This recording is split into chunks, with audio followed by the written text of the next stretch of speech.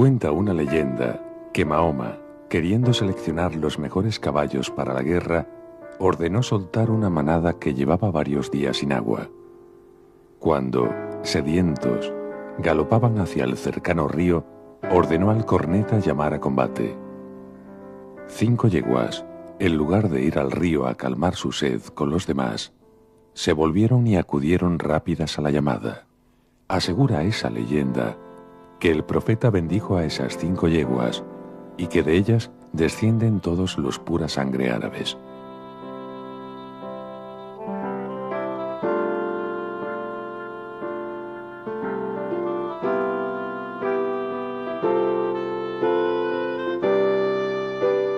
Estas míticas yeguas se dice que poseían diferentes cualidades, tanto morfológicas como de carácter, dando origen a las 5 familias de caballos árabes que tomaron sus nombres de ellas: Koeilah, Obayah, Hamdani, Saklawi y Habdad, a quien también llamaron Muniki.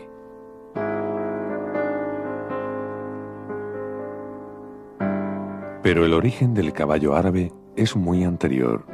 Se sabe que unos 50.000 años antes de Cristo, manadas de caballos salvajes habitaban amplias zonas de la península arábica y Egipto. Para las tribus nómadas del desierto, los beduinos, el caballo era uno de los bienes más preciados. No sabemos si fueron los primeros en domarlo. En todo caso, fueron los grandes promotores de esta raza. No mezclaban sus caballos con los de otra casta y los seleccionaban tratando de obtener un animal dócil a la vez que veloz y resistente, capaz de soportar la dura vida del desierto. A ellos habría que atribuir en gran parte el mérito de que el caballo árabe haya mantenido sus características y pureza de sangre hasta nuestros días.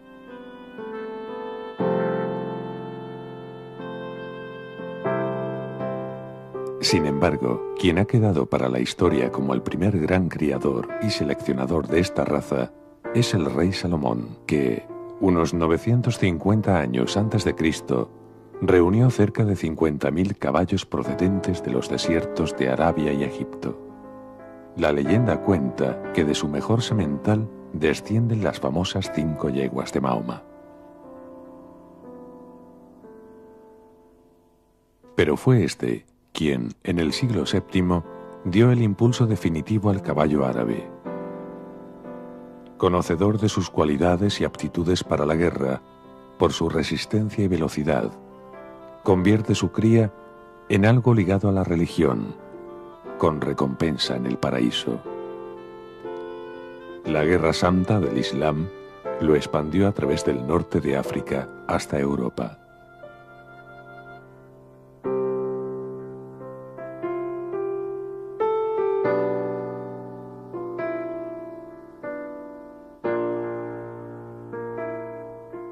El caballo árabe no deriva de ninguna otra raza, sino que es una raza primigenia. Por ello, sus caracteres predominan al cruzarse con otras y está presente en la creación de muchas de las actuales, como el pura sangre inglés. Ha sido el mejorador de razas por excelencia. Al contrario que ocurre con otras razas, en los árabes no existe un estándar definido. Esto es algo que solo se da en los pura sangre. Las otras razas se han creado buscando un caballo con unas determinadas características y han de ajustarse a ellas.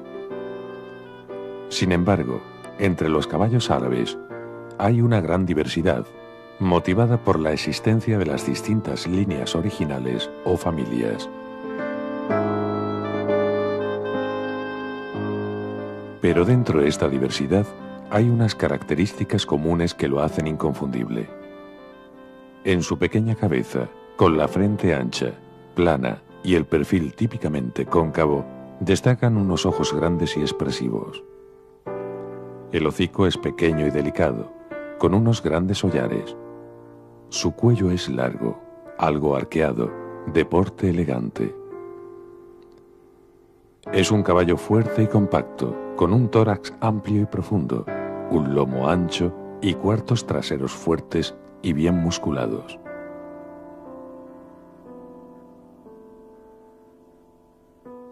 La cola tiene su implantación alta y la suelen llevar erguida, como si de una bandera se tratase. Su alzada es moderada, aunque cada vez son más los ejemplares que superan el 1,50 m.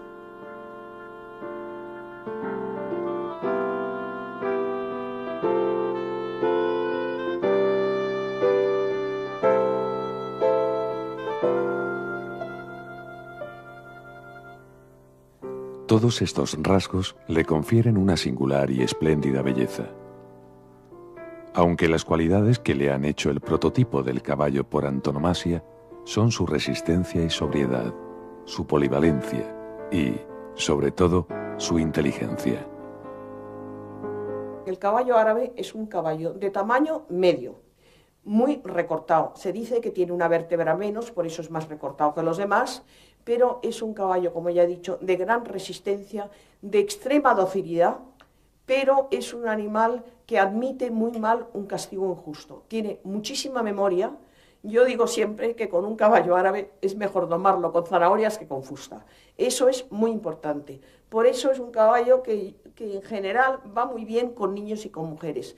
Es muy, muy sensible de boca. Al tener un morro mucho más pequeño que los demás, el castigo de un bocado demasiado fuerte lo admite muy mal. Pero si no, yo diría que es el caballo perfecto. Por supuesto, es un caballo muy vivo, es un caballo que necesita mucho ejercicio.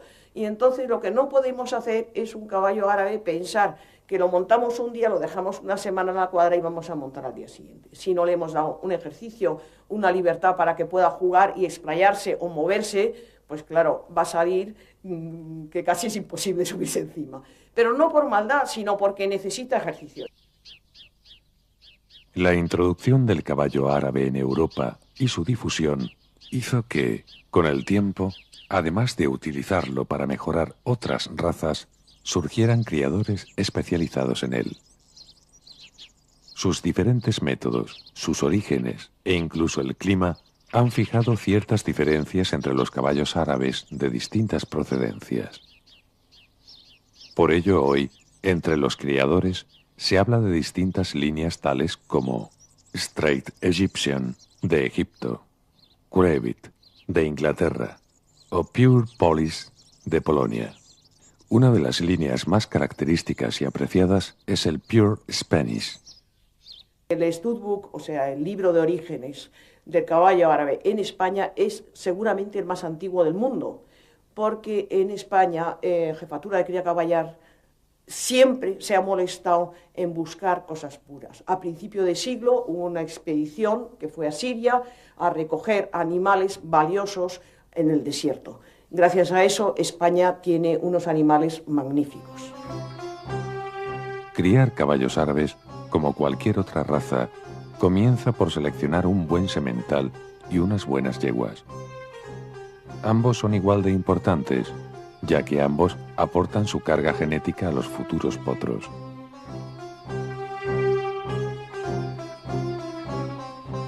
En algunos países, como Alemania, existe un riguroso control para poder criar con un semental e inscribir sus productos. Esto garantiza un nivel de calidad para toda la cabaña de esos países.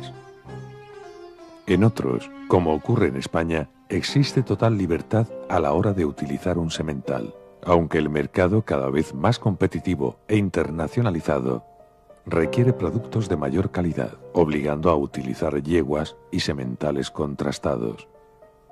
Hoy no tiene sentido criar caballos mediocres o simplemente buenos.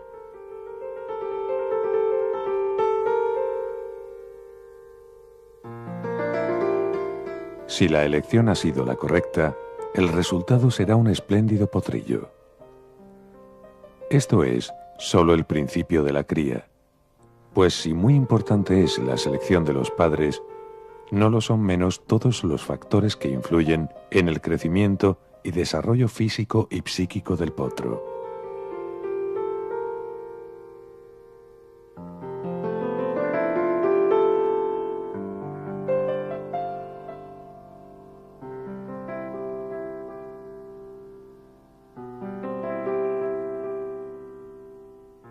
Desde que nace hasta el destete, generalmente, alrededor de los 6 meses de edad, el potro permanece junto a su madre, en el mismo box que ellas cuando tengan que estar en las cuadras, y el resto del tiempo, que será el máximo posible, en el campo.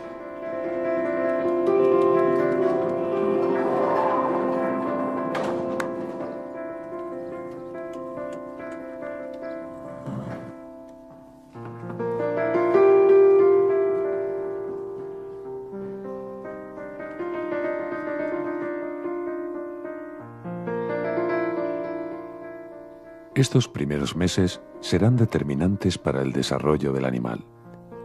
La leche materna, además de alimentarle adecuadamente, le proporciona los anticuerpos necesarios, ya que los potrillos nacen sin apenas defensas.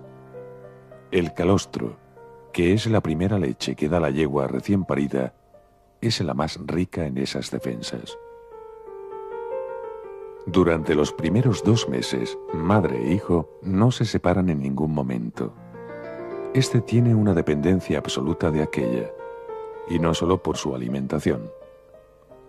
El potro se siente protegido junto a su madre, tanto del resto de la manada como de otros posibles peligros.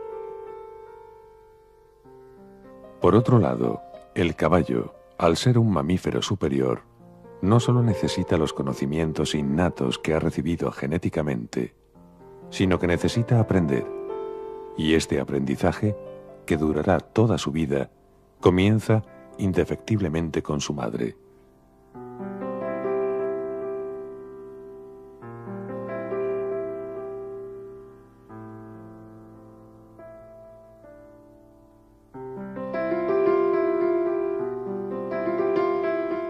A medida que crecen, esta dependencia se va haciendo menor. A los 30 o 40 días el potro, aunque continúa mamando, comienza a tomar otra alimentación. Se aleja más de su madre y se relaciona cada vez más con los demás potros.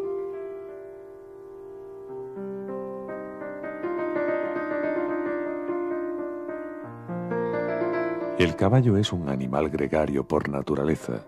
Cuando vive en libertad, lo hace en manadas, con una jerarquía muy estricta. Los potros comienzan muy pronto a establecer esa jerarquía entre ellos, a la vez que aprenden un lenguaje muy rico y complejo para relacionarse, a base de gestos y actitudes.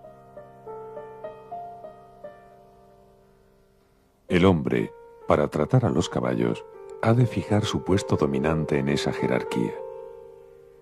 Antes, generalmente, se establecía la doma, mediante la fuerza, el castigo y el agotamiento.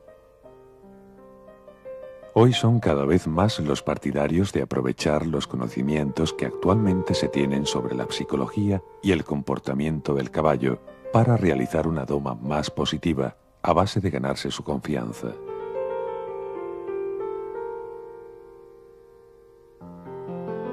Esto se logra comenzando a trabajar poco a poco con los potros, cuando aún son pequeños. Esos primeros trabajos son muy simples, pero han de ser constantes. Se trata de hacerle perder el miedo innato que sienten hacia el hombre.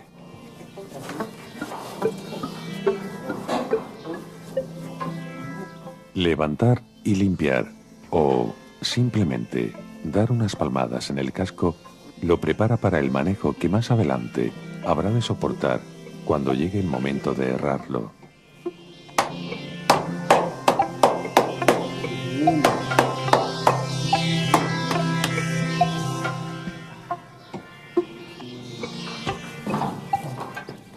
También es conveniente acostumbrarlo pronto a llevarlo con el ronzal, tanto para atarlo para cualquier otro manejo que sea necesario, como para trasladarlo de un lugar a otro.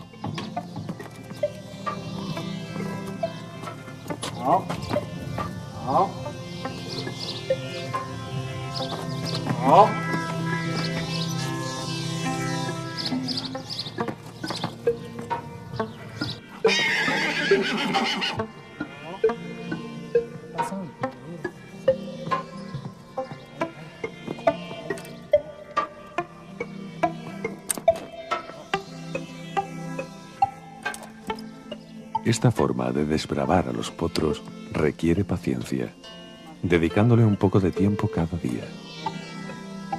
Para que dé resultado, hay que ser muy constante y hacer cada paso de una manera resuelta y decidida, pero sin violencia.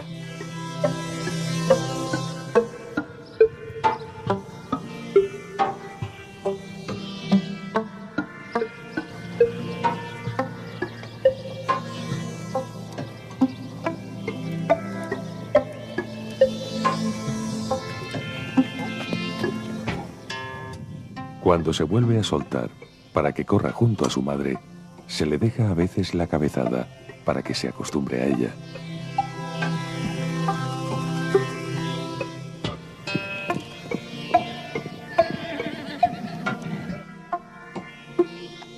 El resultado de estos trabajos se deja notar en poco tiempo y lo sabremos apreciar cuando necesitemos manejar a un potro con más edad y por tanto mucho más poderoso. Al final, tendremos un caballo que se deja limpiar o herrar sin ningún problema.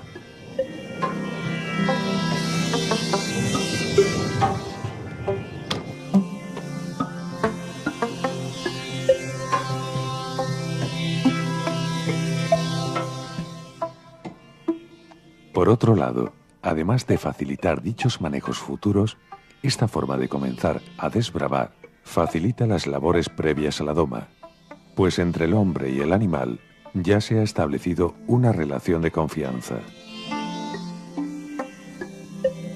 Cuando comencemos a dar cuerda al potro, no necesitaremos ya dar trallazos ni aplicar castigos violentos, sino que aprenderá a obedecer la voz y los gestos de quien lo dirige. De todas formas, hay que tener en cuenta que el caballo y el hombre tienen distinta percepción del dolor, y lo que para nosotros es algo insufrible, no lo es para un caballo. Un error grave, aunque frecuente, es tratar de humanizar a los animales, sin tener en cuenta que estos tienen sensaciones y reacciones diferentes a las nuestras. El siguiente paso consiste en cargar poco a poco algo de peso sobre el lomo. Primero, una simple manta y después una silla ligera. Paulatinamente, a lo largo de varios días, iremos aumentando el peso, siempre de forma gradual, hasta que, finalmente, sea montado.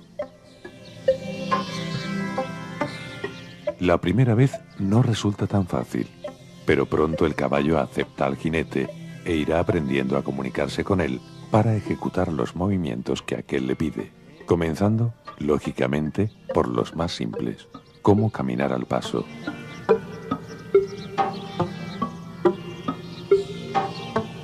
Paralelamente, al ser el caballo árabe un caballo muy polivalente en cuanto a su uso para el deporte, en muchas yeguadas se seleccionan según las aptitudes que posean de cara a las diferentes disciplinas.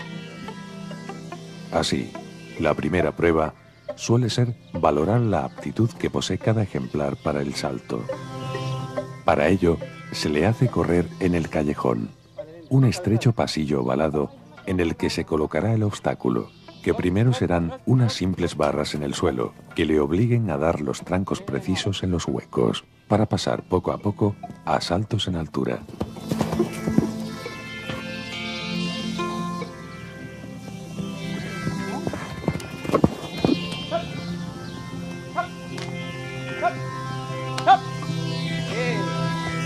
El caballo árabe no suele ser, por su alzada, el más adecuado para el concurso de saltos, pero sí lo es para el concurso completo, en el que velocidad y resistencia se combinan con los saltos.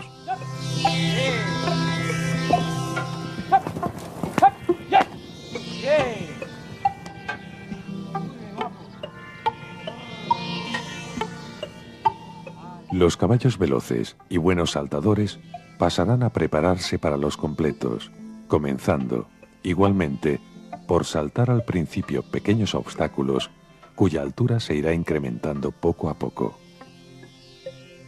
El caballo árabe es un animal muy polivalente que, sin ser tan veloz como el pura sangre inglés, es muy veloz. y sin saltar como un hannoveriano, salta muy bien. Además, es un caballo muy resistente y valiente. Ninguna otra raza es tan completa. Pero la prueba en la que reina el caballo árabe es el Raid. Por supuesto, en orígenes, como era un caballo del desierto, tenía que aguantar horas y días casi sin comer, casi sin beber y con gran esfuerzo.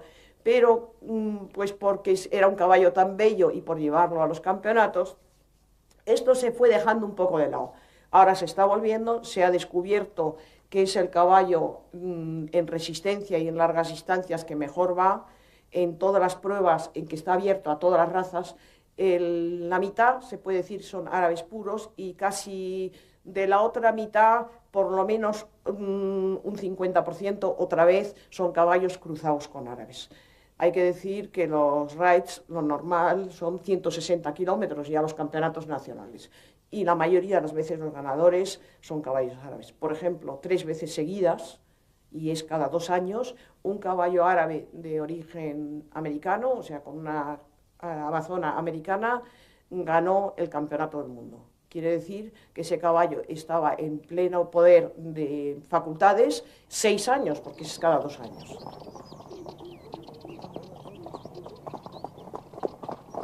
El Raid es una prueba de resistencia en la que habrá que superar un recorrido de un elevado número de kilómetros, entre 20 y 200, según la categoría, en el menor tiempo posible, pero manteniendo al caballo en perfectas condiciones físicas. Para verificar esto último, se establecen controles veterinarios que examinan al caballo y comprueban su recuperación en un tiempo determinado. No es, por consiguiente, una carrera de larga distancia en la que vence simplemente quien primero cruza la línea de meta, sino que consiste en mantener un ritmo que, siendo adecuado para no agotar al caballo, permita hacer el recorrido en menos tiempo que el resto de rivales. En este tipo de pruebas, que generalmente son abiertas a todas las razas, quienes marcan la diferencia son los caballos con sangre árabe, sean o no puros.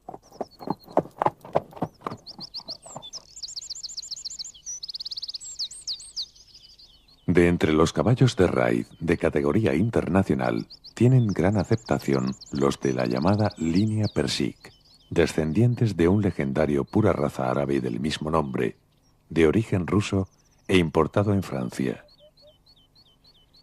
Cruzado inicialmente con yeguas autóctonas del macizo central francés, sus productos ganaron numerosas e importantes pruebas. Los buenos resultados obtenidos propiciaron su utilización como semental para yeguas muy seleccionadas de pura raza árabe.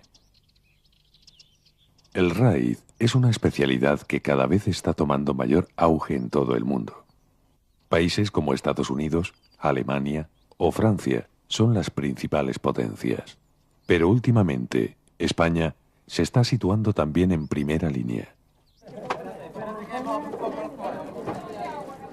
Una característica muy particular del raid es la participación activa de un equipo de apoyo en los controles de asistencia.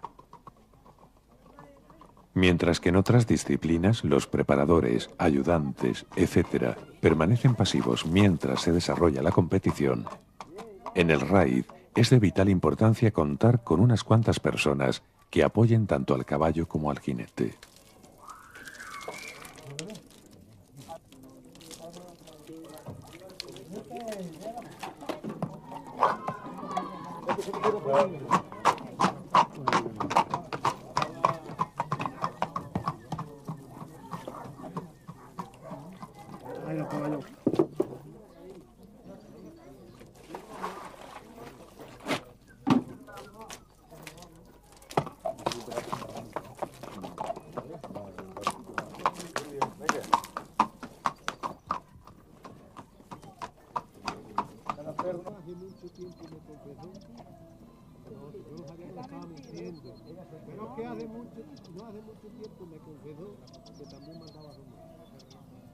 Otra característica de los raids son los controles veterinarios, pues como hemos visto, no es suficiente con llegar.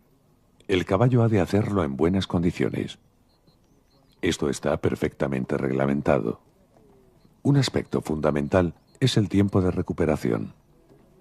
Es el tiempo establecido para que el pulso acelerado con que llega tras el largo esfuerzo quede por debajo del límite precisado. En caso de que pasado dicho tiempo el caballo mantenga un ritmo cardíaco más acelerado, será descalificado. Ello supone que el jinete debe conocer las posibilidades de su montura para no exigirle más y para planificar de antemano cómo va a afrontar la prueba. La cada vez mayor competencia existente en los raids, tanto nacionales como internacionales, hace que ya no sea suficiente contar con un caballo resistente a la fatiga y que tenga un tiempo de recuperación corto. Es preciso, además, que sea veloz.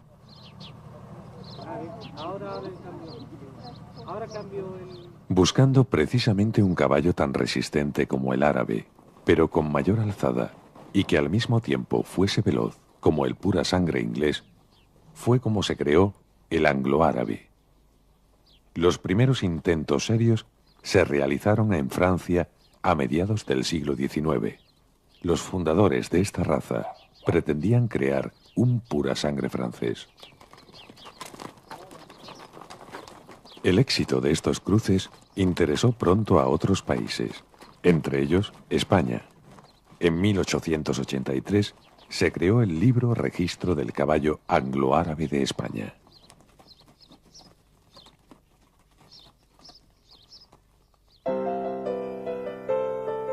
Tres son los tipos de cruces que podemos realizar para obtener un caballo anglo-árabe.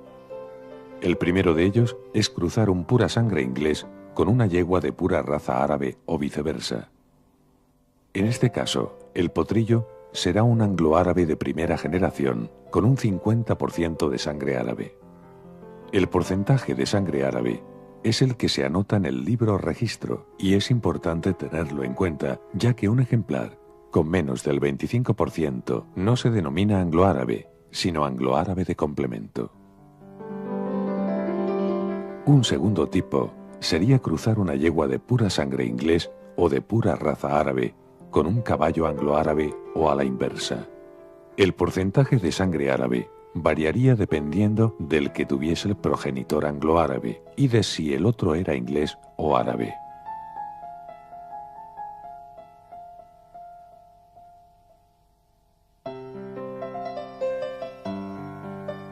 El tercer tipo de cruce sería hacerlo con ambos padres anglo-árabes. En este caso, el porcentaje de sangre árabe también variaría en función del que tuviesen ambos padres.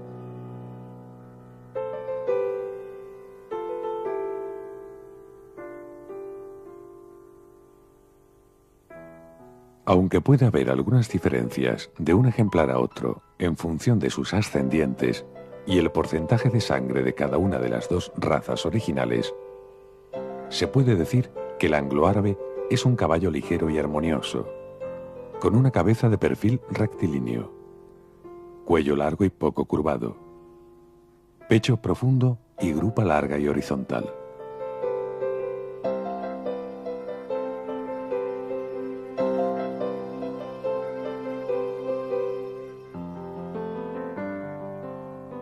Por sus orígenes, basados en dos puras sangre, el anglo-árabe es un mejorador de razas. En este sentido, se ha venido utilizando para mejorar diversas razas de deporte. Al tratarse de un caballo muy polivalente, ha encontrado muchos adeptos en toda España, pero, sobre todo, en Andalucía, donde se encuentran la mayoría de yeguadas. Se le utiliza en acoso y derribo, rejoneo e incluso en doma vaquera. En las carreras de liebres con galgos es cada vez más frecuente ver anglo-árabes entre toda la amalgama de razas que nos podemos encontrar. Se trata de una peculiar modalidad de caza que levanta pasiones entre un gran número de adeptos en toda España. En ella se entremezclan toda una serie de sensaciones, pues combina tres mundos diferentes, como son la caza, las carreras y los caballos. Para seguir la carrera es imprescindible el caballo. Los simples espectadores habrán de hacerlo por el exterior del corredero, para no influir en su desarrollo.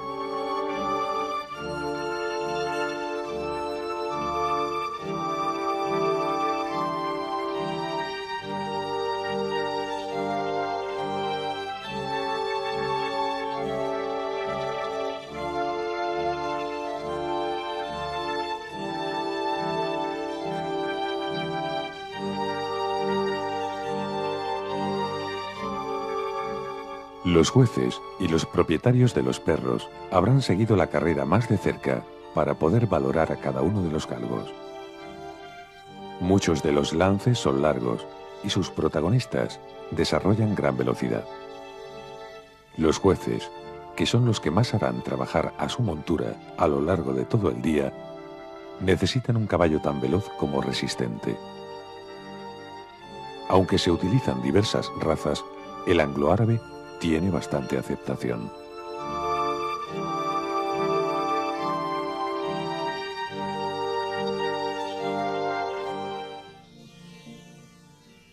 Si en todas las razas es muy importante la selección para conseguir buenos animales, en la cría de caballos anglo-árabes es más importante si cabe, pues se trata de un caballo de deporte en el que prima la funcionalidad, pero sin descuidar la morfología.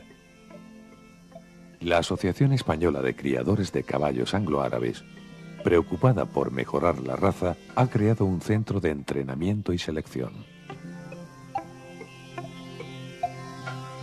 En dicho centro, situado en Écija, en la provincia de Sevilla, se realiza una selección rigurosa, de acuerdo con el plan de selección y mejora que se ha elaborado. Para ello, los potros se entrenan e incluso se doman en él, de forma que llegado el momento de la selección, todos hayan recibido el mismo entrenamiento. Es este un método innovador en España e incluso en otros países europeos.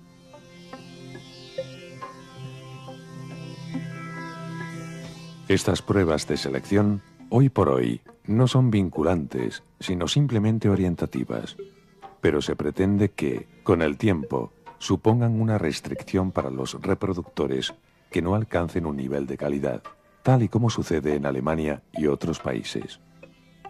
Este centro ha participado en un proyecto para establecer criterios de funcionalidad del caballo anglo-árabe a través de un análisis biomecánico que han realizado en colaboración el Departamento de Fisiología de la Facultad de Veterinaria de Córdoba y el Instituto Nacional de Educación Física.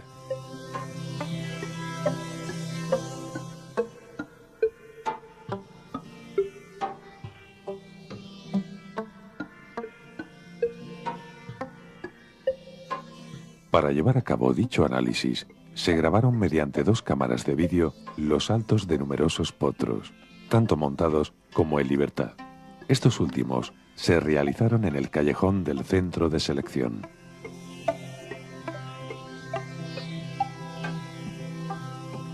Para que todas las grabaciones guarden la misma proporción, se establecen unas marcas de referencia para las cámaras mediante unas barras, las cuales, una vez tomada dicha referencia, son nuevamente desmontadas antes de que salten los potros.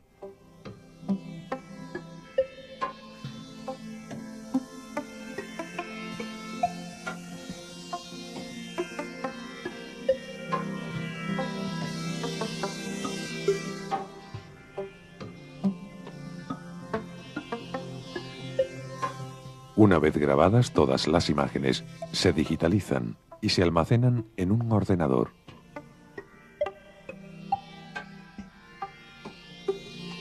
El siguiente paso es simplificar el conjunto de caballo y jinete, o solamente el caballo, según la secuencia de que se trate, en una serie de puntos y segmentos para poder analizarlo informáticamente mediante un modelo matemático. El modelo empleado utiliza 30 puntos del caballo especialmente seleccionados, que hay que marcar uno a uno de forma precisa en cada uno de los fotogramas que componen las 2 secuencias que tenemos de cada salto, una de cada cámara.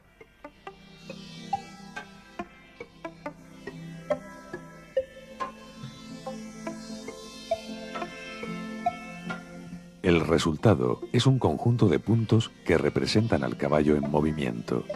Con ellos, el programa informático elabora un modelo tridimensional simplificado que reduce el conjunto de jinete y caballo a unas pocas líneas, que nos permitirán calcular cualquier tipo de variable que la investigación requiera.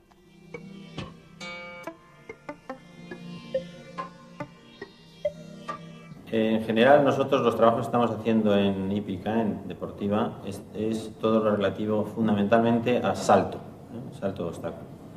Y concretamente nos hemos centrado en los temas de batida, tranco de aproximación y batida. En este sentido seguimos un proyecto de investigación que se inició con Barcelona 92 y ahora otros que son consecuencia de aquel y que tienen que ver más con los trancos previos y de recepción posterior, etc.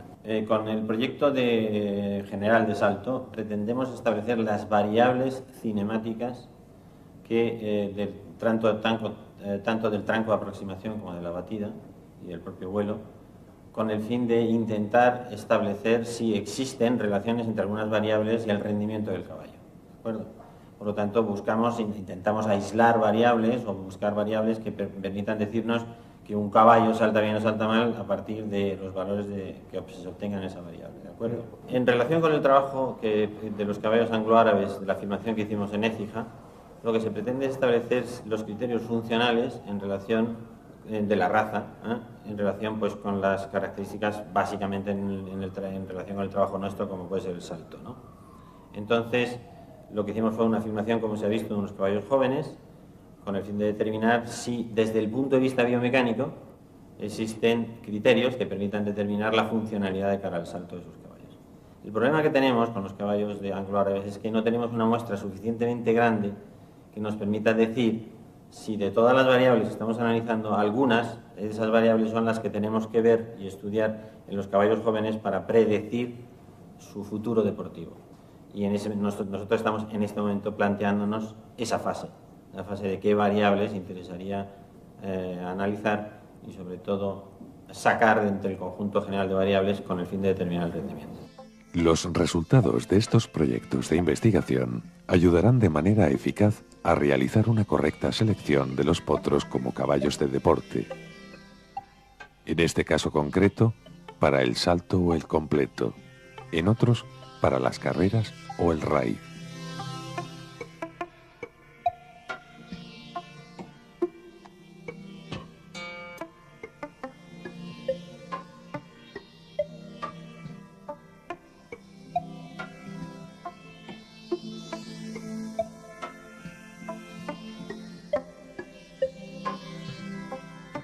Pero el proceso de selección comenzará, como siempre, por elegir los mejores sementales y yeguas para la cría. En algunos países, a los futuros sementales se les inscriben determinadas competiciones, con objeto de crearle un palmarés y su calidad quede contrastada, aportando un valor añadido a su descendencia.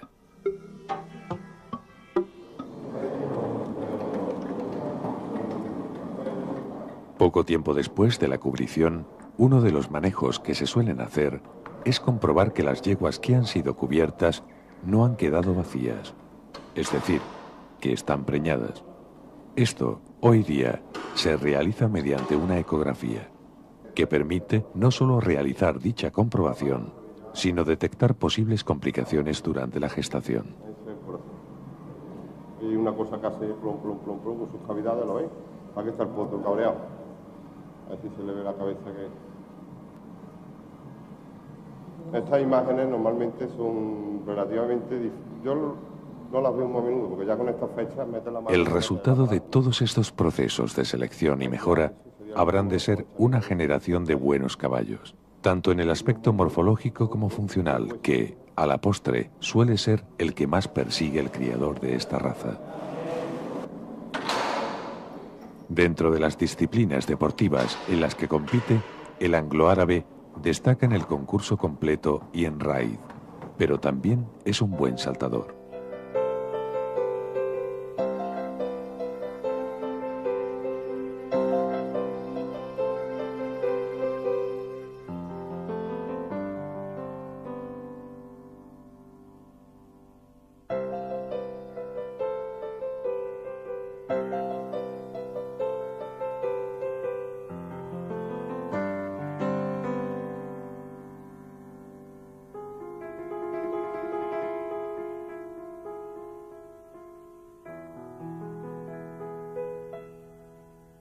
Probablemente un buen anglo-árabe pueda competir con cualquier otro caballo de saltos. Si no se ven tantos en los concursos, es porque el número de caballos compitiendo guarda proporción con el de cría y, hoy por hoy, la cría de anglo-árabes es relativamente minoritaria.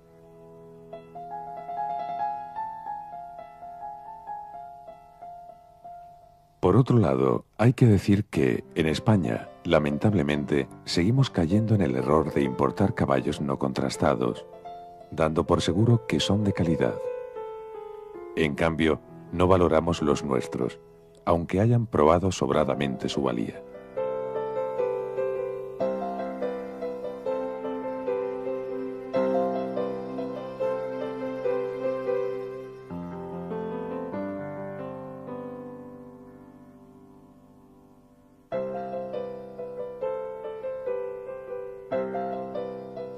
Una de las especialidades del anglo-árabe son las carreras, y aunque en ese mundo domina el pura sangre inglés, hay carreras reservadas para ellos. Así ocurre en las que se celebran en Sanlúcar de Barrameda, en la provincia de Cádiz, que tienen la peculiaridad de que se celebran en la playa desde 1845. De hecho, son las carreras de caballos más antiguas de España. Se dice que comenzaron alrededor de las apuestas que hacían los transportistas de pescado mientras esperaban la llegada de los barcos. Hoy son todo un acontecimiento que congrega a una gran multitud, tanto de aficionados como de simples curiosos.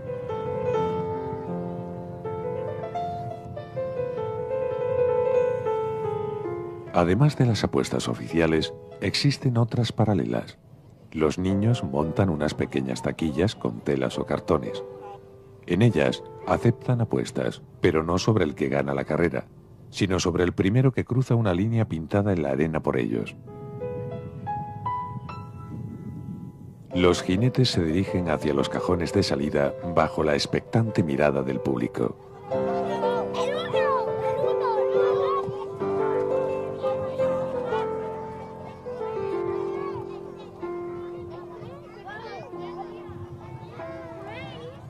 En las carreras se establece un hándicap, es decir, se suplementa con más peso al caballo en función de los premios acumulados.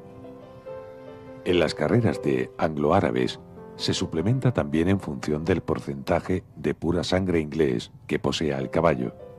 Cuando el número de inscripciones lo permite, se organizan carreras para anglo-árabes con 50% de sangre árabe o con 25%, y no se tiene en cuenta este último hándicap.